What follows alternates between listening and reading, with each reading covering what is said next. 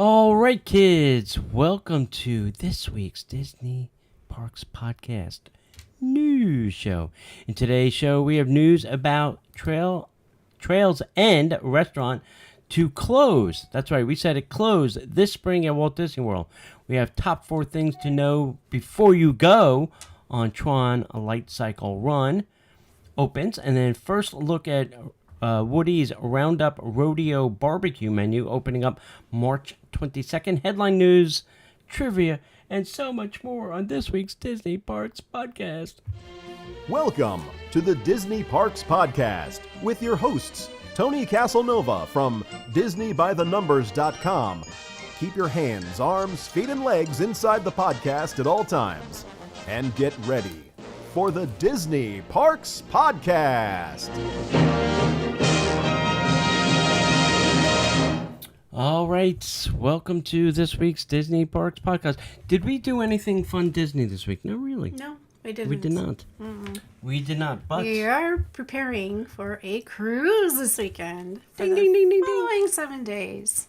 we are going on the Disney Fantasy 7 days to the Caribbean, and it's a Pixar day at sea.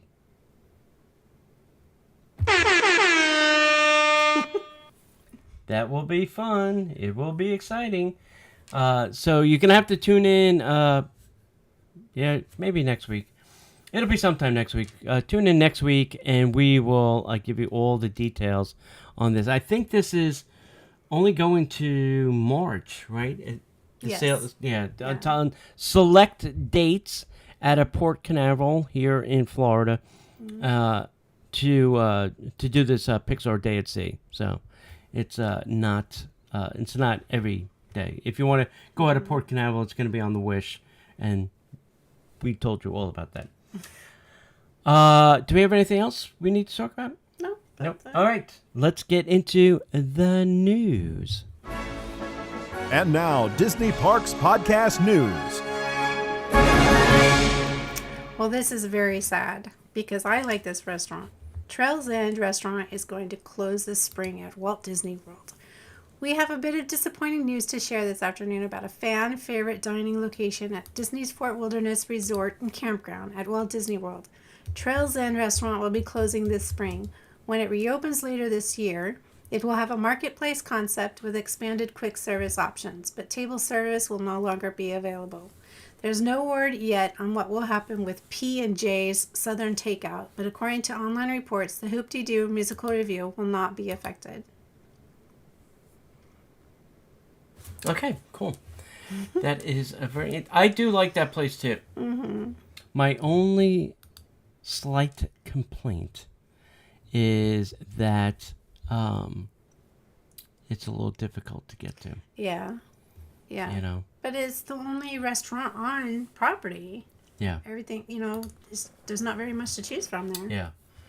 Yeah, and I guess my sadness is for the campers that are going to, be camping there. It's, Trails End is the only sit-down restaurant currently there. Unless you want to sit down and Hoop-Dee-Doo, but that's a hard ticket to get. And it's also expensive. So if you want to just grab a fairly good meal, you would go to Trails End. And now they're removing that, and they're going to replace it with a giant grab-and-go. And I just think, well, that's sad because now they have no place to stay at their resort and do it. So I don't know. I really think it needs to be a restaurant. And the other question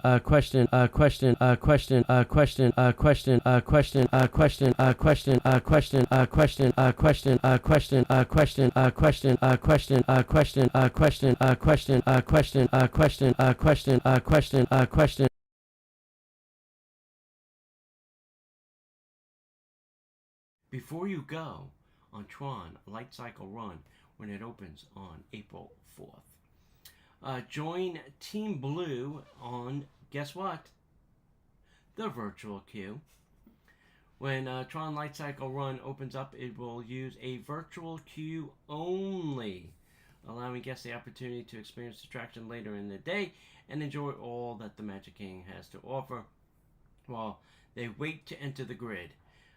Guests with a valid ticket or pass and a theme park reservation, it's a nice combo, for the Magic Kingdom, not for some other park, for the same date, can set up for their virtual queue. Standby queue, like I said, will not be available. So, well, they have not said like when the times are, but I'm going to assume it's going to be like everything else that's started up, something at 7 a.m. and then something at 2 p.m. for the park hoppers, so they can get into the virtual queue as well. So, stay tuned for more on that once it opens up. Number 2, individual Lightning Lane entry guests may also have the option to purchase additional or a la carte Lightning Lane entry in the My Disney Experience app. On the day of their visit, Team Blue recruits with a valid admission and a park reservation for MK on the same day may visit Disney Genie service tip board in the app to choose an arrival window and make their purchase before joining the high-speed race. Now, just a thing there, you have to purchase Disney Genie for the day, and then you can purchase the a la carte or the Lightning Lane. So, just be warned, that is, I think, what is it now? It's priced by day now. I think it's $20 to $25 per person per day.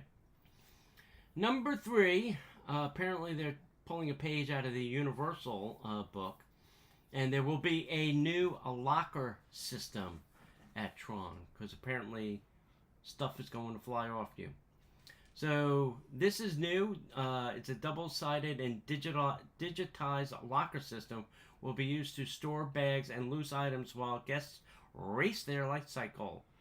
Inside the attraction queue, these complimentary lockers pair directly with your Magic Band or your Magic Band Plus or your ticket media, so guests can lock the door and reopen the door when you're done.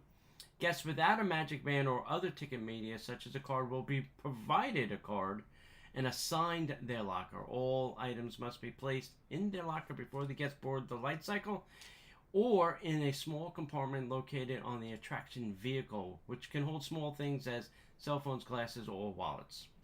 So be prepared for that. That's going to be a fun little new wrinkle in Disney's queue lines. But when they say it's in the queue line, is it accessible that after I exit, I can still get to that part? I'm assuming I can. To get my stuff out, right? I don't want to go back through the queue to get my stuff.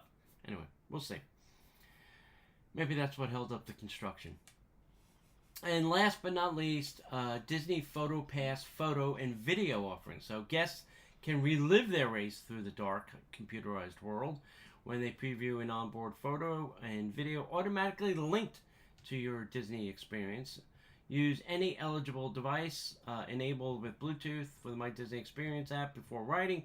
Make sure you were logged into your Disney Experience app sometime earlier that day, and keep that device out of low power mode. Make sure that the mobile device boards the light cycle with you and is safely stored in the little light cycle compartment.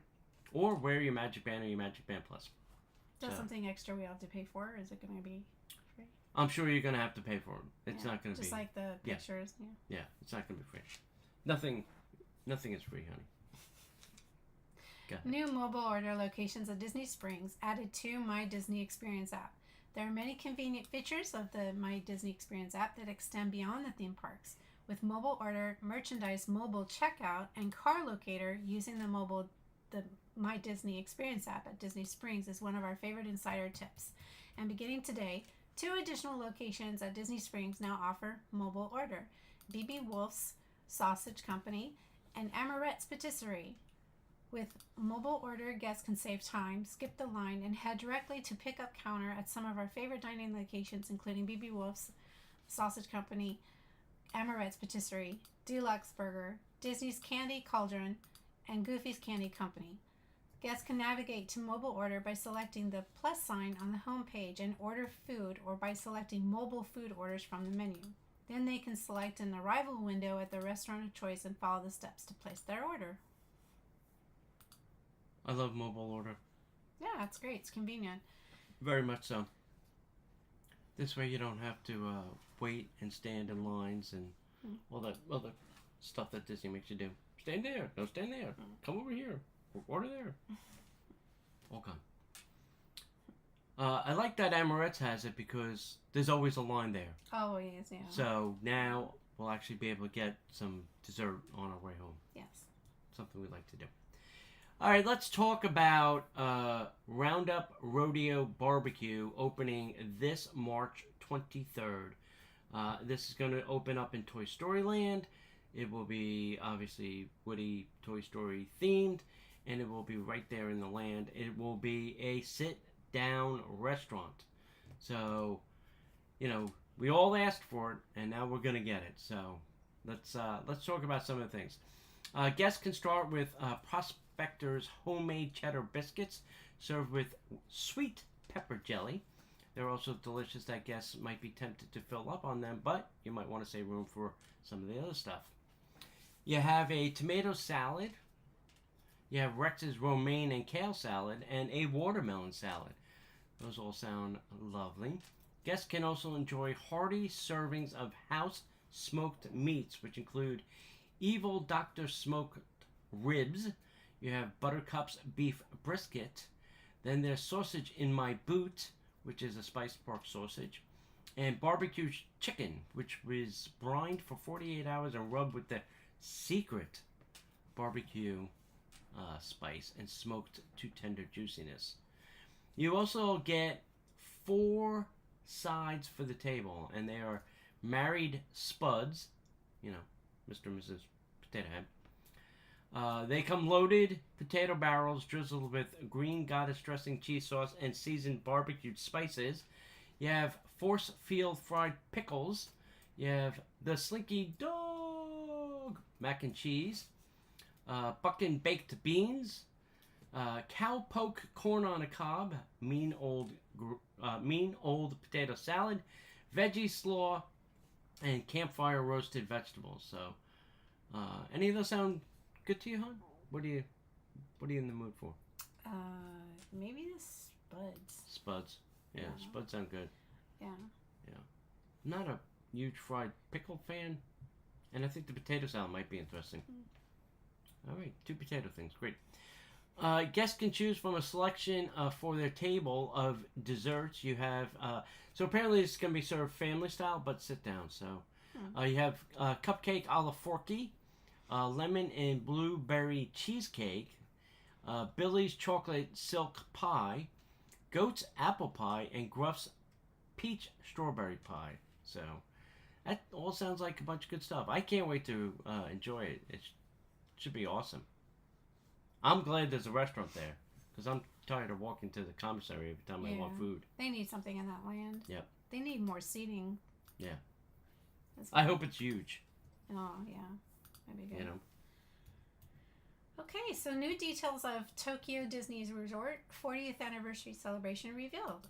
The long-awaited 40th anniversary celebration will soon kick off at Tokyo Disney Resort on April 15th, 2023 through March 31st, 2024. Tokyo Disney Resort 40th anniversary Dream Go Round will welcome an all-new daytime parade, decorations adorning both Tokyo Disneyland and Tokyo Disney Sea, plus special food and merchandise. A fitting number 40 will embellish Cinderella Castle, which has welcomed guests since the park's opening on April 15, 1983. A host of all-new entertainment is taking center stage, including Disney Harmony in Color, the first new daytime parade in 5 years at Tokyo Disneyland, showcasing themes of adventure, courage, family bonds, and friendship from Walt Disney Animation Studios and Pixar Animation Studio films. The parade will open with Tinkerbell atop a rainbow-colored float adorned with beautiful petals. Not only will the magnificent floats be filled with familiar friends of Tokyo Disney Resort, new ones are joining too, including Vanellope and Ralph from Wreck-It Ralph, Wasabi, Fred, Honey Lemon, and Go-Go from Big Hero 6, and more. Over in Tomorrowland at Showbase, a special 40th anniversary version of Club Mouse Beat will debut with Mickey Mouse and his friends showcasing their best moves set to varying musical styles such as hip hop, Latin, and pop. To close out the show, it's the grand finale. They're sporting their 40th theme outfits to the 40th anniversary theme song. Yeah, very cool. Tokyo Disney gets some pretty cool things. They sure do. Yeah, so. All right, hey, last week, kids, we had a trivia question. It was, in the 2003 movie Finding Nemo, which character said the line, "I look at you, and I am home"? The correct answer was... Dory. Dory. Wow. Winner. Dory, and the winner is Steve P. And as we like to say, Steve, it's in the mail. Keeping with our Pixar theme, this week's trivia question is, what is the name of the penguin from Toy Story 2? The name of the penguin from Toy Story 2. If you think you are smart enough to know the answer, send that to DisneyParksPodcast@gmail.com. All right, next up, something that has been talked about for years at Walt Disney World and only happened one time at Christmas is drones.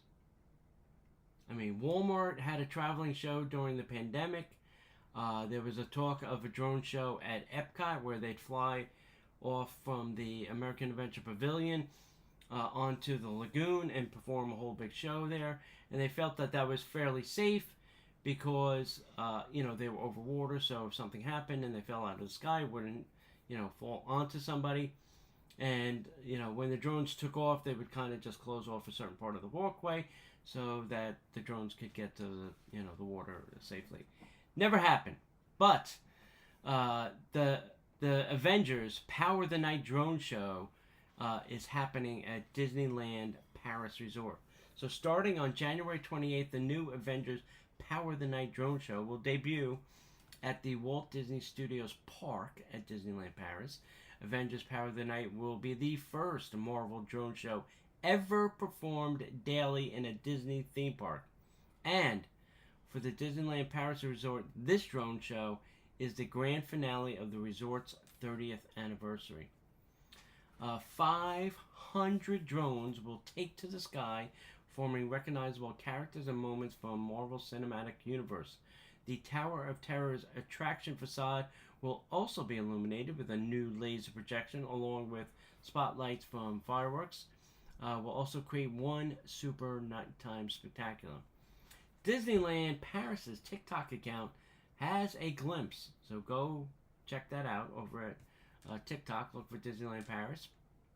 Rocket and Groot projected onto the Tower of Terror for some of the show.